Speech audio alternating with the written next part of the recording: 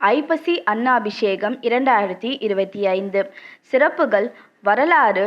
கோவிலுக்கு சென்று வழிபடும் முறை, வீட்டில் சிவலிங்கம் வைத்திருப்பவர்கள் வழிபடும் முறை, சிவலிங்கம் இல்லாதவர்கள் வழிபடும் முறை மற்றும் பலன்கள் பற்றி இந்த பதிவில் விரிவாக பார்க்கலாம். வழிபாடு குறித்த உங்களது கேள்விகளையும் சந்தேகங்களையும் கமெண்ட்ஸில் பதிவு செய்யவும். வீடியோக்குள்ள போறதுக்கு முன்னாடி மறக்காம எங்க சேனலை சப்ஸ்கிரைப் பண்ணிட்டு பெல் ஐக்கானை பிரஸ் பண்ணிடுங்க. எங்க வீடியோஸ் உங்களுக்கு பிடிச்சிருந்தா ஃப்ரெண்ட்ஸ் அண்ட் ஃபேமிலிக்கு ஷேர் பண்ணுங்க. மேலும் எதை பற்றிய ஆன்மீக தகவல்களை அறிய விரும்புகிறீர்கள் என்று கமெண்ட் பண்ணுங்க.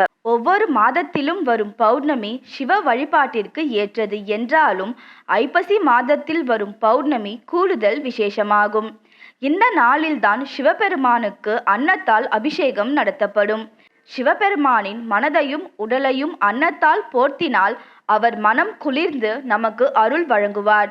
இதனால் நம்முடைய வாழ்க்கையும் விவசாயமும் செழிக்கும் என்பது நம்பிக்கை.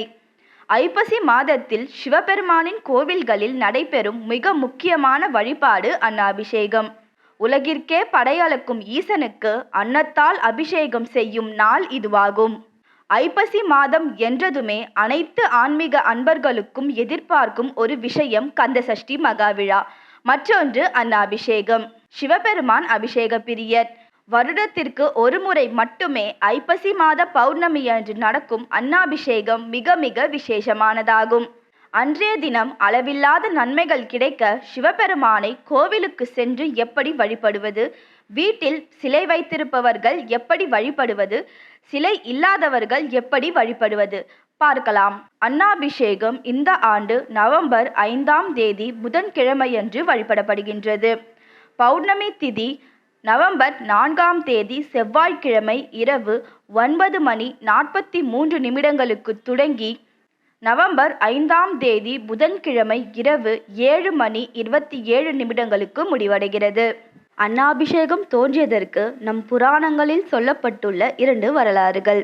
ஜோதிட சாஸ்திரப்படி குறிப்பிடப்படும் அனைத்து 27 நட்சத்திரங்களும் சந்திரனின் மனைவியராவர். அதில் ரோகிணி நட்சத்திரத்துடன் மட்டும் பெரிய அளவில் நாட்டமில்லாமல் இருந்தார் சந்திரன். இதனை தன் தந்தையிடம் ரோகிணி கூறினார். ரோகிணியுடைய தந்தை தக்ஷன் உன் உடல் தேயட்டும் என சந்திரனுக்கு சாபமிட்டார். அப்போது முதல் சந்திரன் தன்னுடைய ஒவ்வொரு கலையையும் இழக்க தொடங்கி பொலிவிழந்தார். பின்னர் சந்திரன் தன் தவறை உணர்ந்து திங்களூரில் உள்ள கைலாசநாதரை தன் சாபம் தீர்க்க வணங்கினார். சந்திரனின் 16 கலைகளில் 3 கலைகள் மட்டுமே மீதமிருந்த நிலையில் சிவபெருமான் சந்திரனின் வேண்டுதலை ஏற்று அவருக்கு அருள் புரிந்தார். அந்த 3ஆம் பிறையை தன் தலையில் சூடினார் சிவபெருமான். சிவபெருமான் சந்திரனிடம், இருப்பினும் உன் சாபம் முழுமையாக நீங்காது. உன் பொழிவு முழுமையாக தேய்ந்து மறைந்து பின்னர் படிப்படியாக வளர்ந்து பிரகாசித்து பின்னர் தேய்வதுமாக இருக்கும் என கூறினார். என்னை சரணடைந்த இந்த ஐப்பசி மாத பௌர்ணமி மிக பிரகாசமாக இருக்கும் என அருளினார். அதன் காரணமாகவே ஐப்பசி மாத பௌர்ணமி மிக விசேஷமாக சிவாலயங்களில் அன்னாபிஷேகமாக அனுசரிக்கப்படுகின்றது என்ற ஆன்மீக தகவல் சொல்கின்றது. அதே போல அறிவியலும் பூமிக்கு அருகே சந்திரன் வருவதால் இது மிக பிரகாசமாக தனது ஒளியை பூமிக்கு வீசுவதை வானவியல் அறிவியல் தெரிவிக்கின்றது. இது ஒரு வரலாறு. மற்றொரு வரலாறு. பிரம்மனின் கர்வத்தை அடக்க நினைத்த சிவபெருமான் பிரம்மாவின் ஒரு தலையை கொய்து விடுவார். துண்டிக்கப்பட்ட தலை சிவபெருமானின் கையை கவ்விக்கொள்ளும். அவரை பிரம்மஹத்தி தோஷம் தொற்றிக்கொள்ளும். அதோடு சிவபெருமான் தனது சுயத்தை இழந்து விடுவார். கையை கவ்விக்கொண்ட பிரம்மனின் கபாலமே பிச்சை பாத்திரமாக மாறிவிடும். யார் பிச்சையிடும் போதும் இந்த கபாலம் அன்னத்தினால் நிறைகிறதோ அப்போதுதான் அந்த கபாலம் சிவபெருமானின் கையை விட்டு பிரியும் என்பது விதி. உலகில் உள்ள யார் அன்னமிட்டும் அந்த கபால பிச்சை பாத்திரம் நிரம்பவில்லை. சிவபெருமான் காசிக்கு செல்லும் போது அன்னபூரணி அன்னமிடுகிறாள். அவளது அன்பின் காரணமாக கபாலம் அன்னத்தினால் நிறைய பிரம்மனின் தலை சிவபெருமானை விட்டு விலகுகிறது. சிவபெருமானும் பிரம்மஹத்தி தோஷத்திலிருந்து மாயையிலிருந்து விடுபடுகிறார். இப்படி அன்னபூரணி தேவி சிவபெருமானுக்கு அன்னமிட்ட தினம் ஐப்பசி மாத பௌர்ணமி. இதனாலேயே தான் ஐப்பசி பௌர்ணமியில் சிவபெருமானுக்கு அன்னாபிஷேகம் செய்து அவரது திருமேனி முழுமையாக மூழ்கும்படி அன்னத்தில் அபிஷேகம் செய்யப்படுகின்றது என்று மற்றொரு வரலாறு சொல்கின்றது. சிவபெருமானுக்கு வழக்கமாக 11 வகையான பொருட்கள் அபிஷேகம் நடத்தப்படும். இது தவிர வருடத்திற்கு ஒரு முறை நடத்தப்படும் விசேஷ அபிஷேகங்கள் என்று சில உள்ளனர். அதில் கார்த்திகை மாத சோமவாரத்தில் நடத்தப்படும் சங்காபிஷேகமும் ஒன்று. ஆனால் கார்த்திகை மாதம் அனைத்து திங்கட்கிழமைகளும் சிவபெருமானுக்கு சங்காபிஷேகம் செய்வார்கள். சிவபெருமானுக்கு எத்தனையோ பொருட்களால் அபிஷேகம் செய்யப்பட்டாலும் வருடத்திற்கு ஒரு முறை, அதுவும் ஐப்பசி பௌர்ணமி நாளில் மட்டும் அன்னத்தால் அபிஷேகம் செய்வார்கள். இவருக்கு செய்யப்படும் அபிஷேகங்களிலே மிகவும் உயர்வான புண்ணிய பலன் தரும் அபிஷேகமாக கருதப்படுவது இந்த அபிஷேகம்தான். ஐப்பசி மாதத்தில் சிவபெருமானுக்கு பிரதோஷம், சிவன்ராத்திரி, திங்கட்கிழமை என எத்தனையோ நாட்கள் வந்தாலும் பௌர்ணமி நாள் மட்டும், அதுவும் குறிப்பிட்ட நேரத்தில் மட்டும்தான் அன்னத்தால் அபிஷேகம் செய்வார்கள். சிறப்புகள் மற்றும் கோவிலுக்கு சென்று வழிபடும் முறை. இந்த நாளில் அனைத்து சிவன் கோவில்களிலும் சிவபெருமான் லிங்க திருமேனிக்கு அன்னத்தால் அபிஷேகம் செய்யப்படும். சில ஆலயங்களில் உச்சிகால வேளையிலும் சில ஆலயங்களில் மாலை நேரத்திலும் இந்த அபிஷேகம் நடைபெறும். நீங்கள் எந்த கோவிலுக்கு சென்று வழிபாடு செய்ய போகிறீர்களோ முன்கூட்டியே அந்த கோவிலுக்கு சென்று அன்னாபிஷேகம் நடைபெறும் நேரத்தை கேட்டு அறிந்து வைத்துக் கொள்ளுங்கள். இந்த தரிசனத்தை காண்பது மிக மிக புண்ணியமான ஒன்றாகும். சந்திர பகவான் தன்னுடைய சாபம் முழுமையாக நீங்கப்பட்ட தினம் ஐப்பசி மாத பௌர்ணமி என்பதால் இந்த நாளில் சந்திரனுக்குரிய தானியமான அரிசியால் சிவபெருமானுக்கு அன்னம் சமைத்து அபிஷேகம் செய்வதால் சந்திர தோஷம், சந்திரனால் ஏற்படும் பாதிப்புகள் குறையும். அரிசி, காய்கறிகள், பழங்கள், இனிப்புகள், பால், தயிர், சந்தனம், அபிஷேக பொருட்கள், வில்வம் என்று உங்களால் எது முடியுமோ அதை நீங்கள் அன்றைய தினம் வாங்கி தாராளமாக கோவிலுக்கு தரலாம். வீட்டில் சிவலிங்கம் வைத்திருப்பவர்கள், சிவலிங்கம் இல்லாதவர்கள் வழிபடும் முறை. முதலில் வீட்டையும் பூஜை அறையும் சுத்தம் செய்து கொள்ளுங்கள். வீட்டில் 1 கிலோ அளவிற்கு பச்சரிசியை புதிதாக வாங்கி வந்து அதை குழைவாக வடித்து நன்கு ஆற வைத்து எடுத்துக்கொள்ளுங்கள்.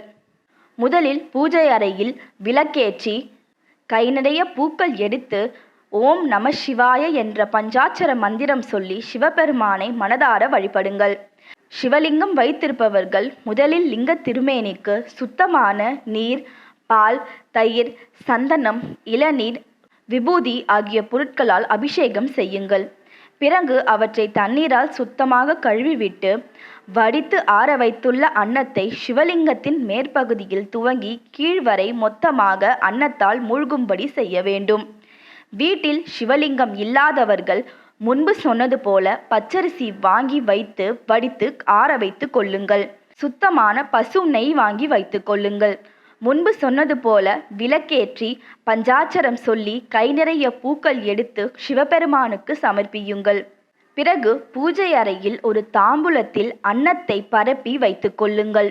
அதன் மேல் சிறிது பசும் நெய்யை விட்டு சுவாமி முன்பு வைத்துவிடுங்கள்.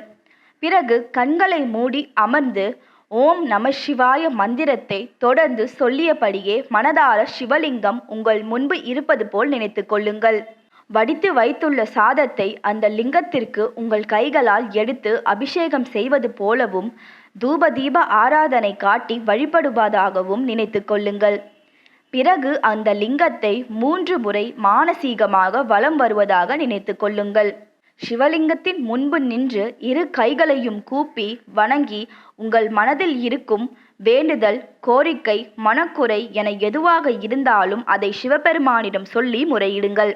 கண்களை மெல்ல திறந்து பஞ்ச பாத்திரத்தில் வைத்திருக்கும் நீரை எடுத்து 3 முறை சுற்றி சுவாமிக்கு சமர்ப்பியுங்கள்.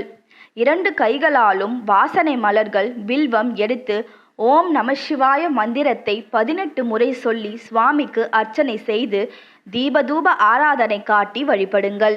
சிவபெருமானின் 108 அர்ச்சனை சொல்லியும் நீங்கள் பூஜை செய்யலாம்.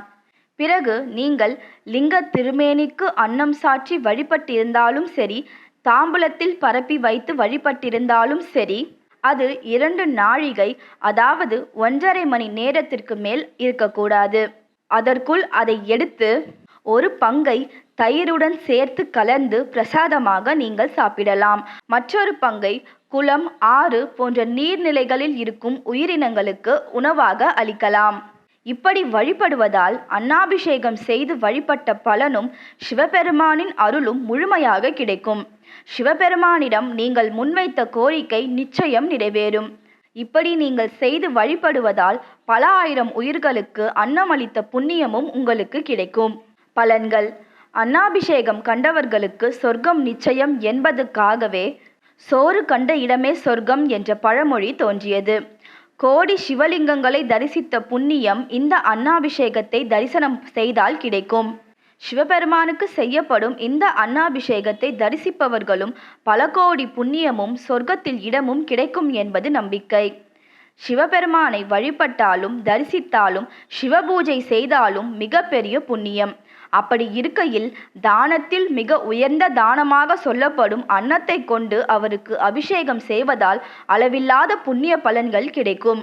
இந்த அன்ன பிரசாதத்தை குழந்தை வரம் வேண்டுவோர் சாப்பிட்டால் நிச்சயம் குழந்தை பாக்கியம் கிடைக்கும். தொழிலில் நஷ்டம், சரிவுகள் சந்திப்பவர்களுக்கு, மன நிம்மதி இழந்து தவிப்பவர்களுக்கும், வாழ்க்கையில் முன்னேற்றம் இல்லை என வருந்துபவர்களுக்கும் இந்த அன்ன பிரசாதத்தை சாப்பிட்டால் நிச்சயம் வாழ்க்கையில் மாற்றம் ஏற்படும், நலன் உண்டாகும். எனவே இத்தனை சிறப்புகள் வாய்ந்த அன்னாபிஷேகத்தை நாமும் கோவிலிலோ அல்லது வீட்டிலோ வழிபட்டு சிவபெருமானின் பரிபூர்ண அருளையும் கருணையையும் பெறுவோம். சர்வம் சிவார்ப்பணம். சர்வம் கிருஷ்ணார்ப்பணம். உங்கள் பொன்னான நேரத்தை சுஹாஸ் ஆன்மீக மையம் யூடியூப் சேனலில் செலவிட்டதற்கு நன்றி.